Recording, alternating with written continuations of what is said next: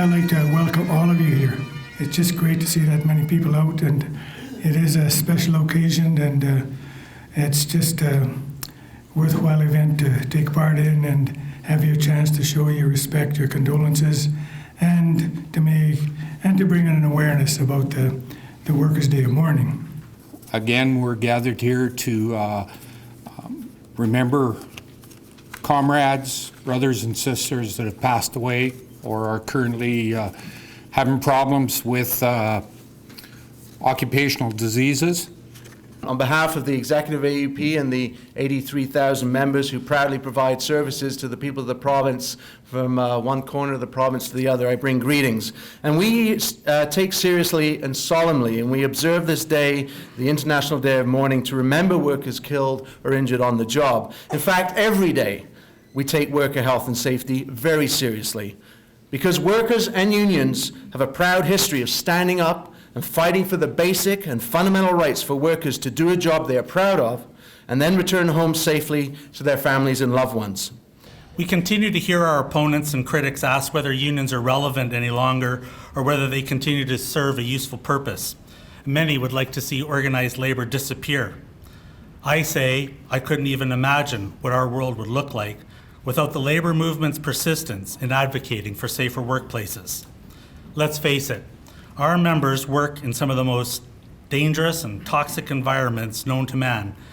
And while we have made significant improvements in advancing the safety culture in the unionized construction industry, we still have a lot of work to do. The question that is currently being asked in our industry is, how do we get to that next level? And I believe the answer lies in the phrase, we are our brother's keeper.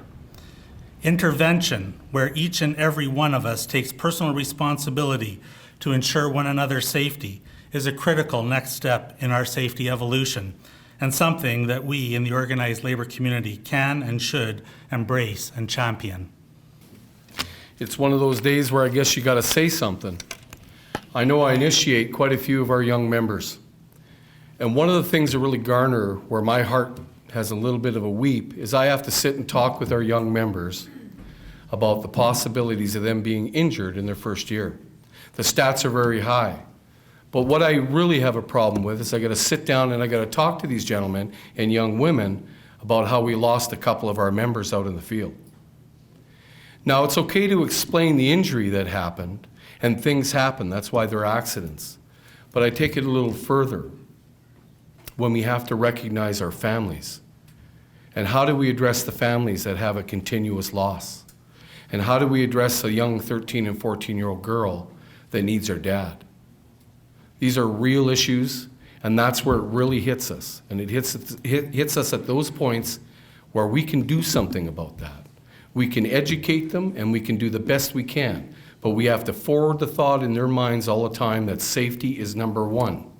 It's no secret that the Insulator Union and a relatively small group of workers within the building trades have a very high percentage of our workers falling from the exposure they've had to insulation dust over the many years.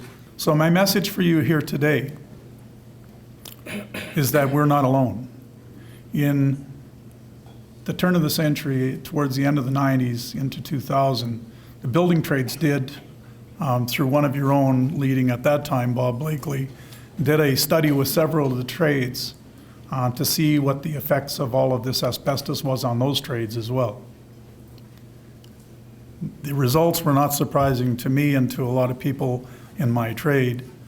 They were somewhat surprising to the respirologist that was involved and to some of the other experts, and I suppose, and I expect most of the other trades that were involved, when they found out that not only were there all of the trades reeling and from the effects of the asbestos like we were, but some of the trades were actually affected worse. So all these years later, when you would have expected the authorities to change the legislation, to change the regulations, to implement control measures that would protect workers, that still isn't being done. You know, if there's one thing that unites the labour movement, it's certainly health and safety and the issues we face out on the job site.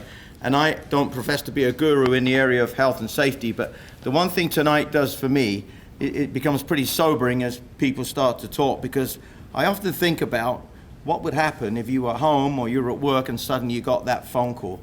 And that's what grounds me on an event like this.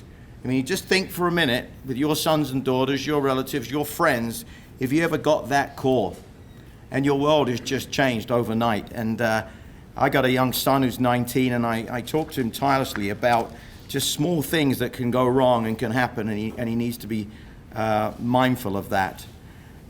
So I think for me that's what tonight brings, and also it's education and it's reflection and it's memories. But I'd be remiss not to say this after some 35 years doing what I do, and I feel like the meat in the sandwich tonight, because both the brother who spoke in front of me and the one who is going to speak behind me have championed the issue of health and safety as best as anybody I know in this province, and that's Bill Springs and Dennis Maleko.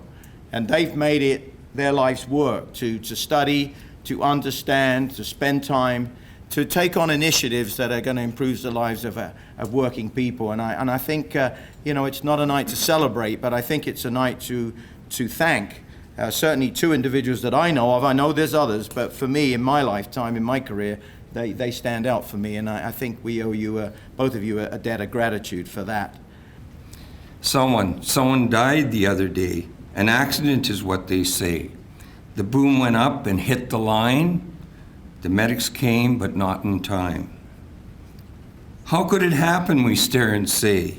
We practice safety every day. We grieve with the family and do our best to help each other through this test. Suddenly emerge from unseen forts, inspectors chastise and make reports. Where were they on the day a safety hazard took a life away? In a hurry, running late, do it now or it can wait, but work's important, priority one, we can do it if we run. Safety's important, it's not a game. That was the line before the budget came. Reduce your workload, that's not what we meant when we cut staff by 10%. The more we do, the more needs done. Building empires is really fun. Do your work and really care. The more you do, the better I fare. The death of our brother was tragic and wrong, but he cared, and our memories will be cherished and long. With his passing, our brother left something to do. The torch has been passed to me and to you.